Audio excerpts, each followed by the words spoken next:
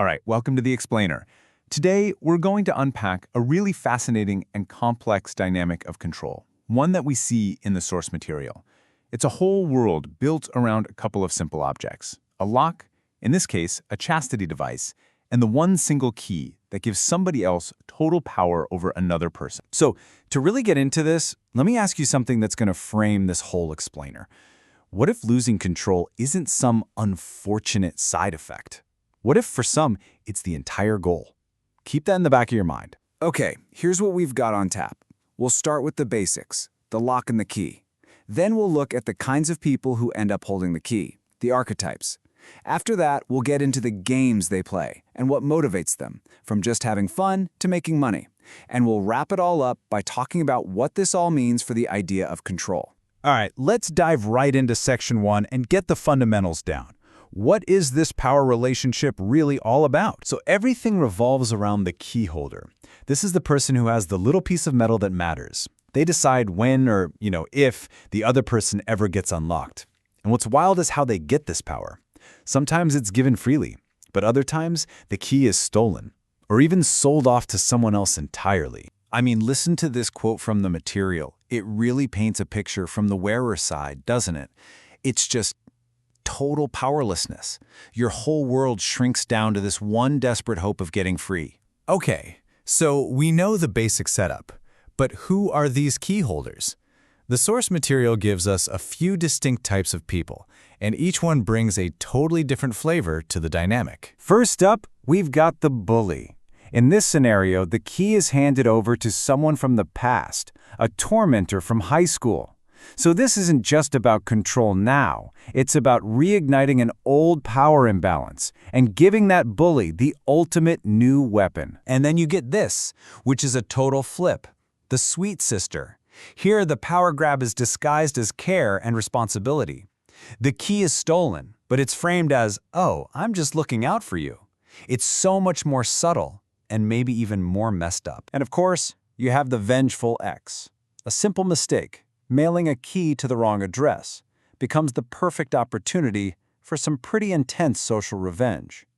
The key is no longer a private thing. It's a ticket to public humiliation, where freedom depends on the pity of strangers. So, we've met the players. Now let's look at the playbook. How do they actually use this power? Well, it's often not just random cruelty. It's structured, it's organized, it's often framed as a game. Just look at this example. It's a month-long game with crystal clear rules. A new task every single day. You can't complain. You do everything perfectly for a month, you win. But if you fail, even once, boom, the clock resets. You're back to day one. That's a systematic way to enforce control. And the games themselves get so creative. I mean, one is a scavenger hunt where you have to go asking your neighbors for your key.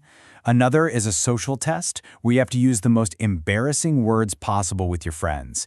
And a third is just enduring public shame until someone feels sorry for you. The common thread in all of them? Humiliation is baked right into the rules. Okay, we've seen the who and the how. But this brings us to the really big question. Why? Why are people doing this? And the reasons are all over the map, from just kicks and giggles to cold, hard cash. Look at this range. On one side, you have simple amusement. It's funny. Or it's a fun game. Sometimes it's even something both people enjoy, or a power dynamic that was specifically asked for. But then you slide all the way over to the other side of the spectrum, and it becomes purely about business. A contract, a sale, a straight-up financial opportunity. So let's dig into the money angle because this is where it gets really interesting. Control becomes a product. For $200, you don't get the key back. No, you just get to find out who has it now.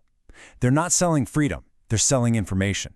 They're selling a tiny shred of hope. And then the numbers get bigger. $2,500. This wasn't just someone stumbling on a key and selling it. This was a premeditated contract. One person paid another to specifically trick someone into this situation. Powerlessness itself became the service being sold. And then there's this, $50, described in the source material as a pimp fee. Here, the key holder isn't just profiting from the key, they're profiting from the actions the wearer is forced to do. At this point, the person's body has been turned into a direct source of income. So here's the bottom line. It doesn't matter if the reason is revenge or fun or profit. Every single one of these scenarios boils down to this profound, absolute transfer of power from one human being to another. At its heart, it's an exchange, a trade. But look at the terms. The wearer gives up, well, everything. Their autonomy, their privacy, their dignity. And what does the key holder get in return? Exactly what they wanted, be it power, money, a laugh, or revenge.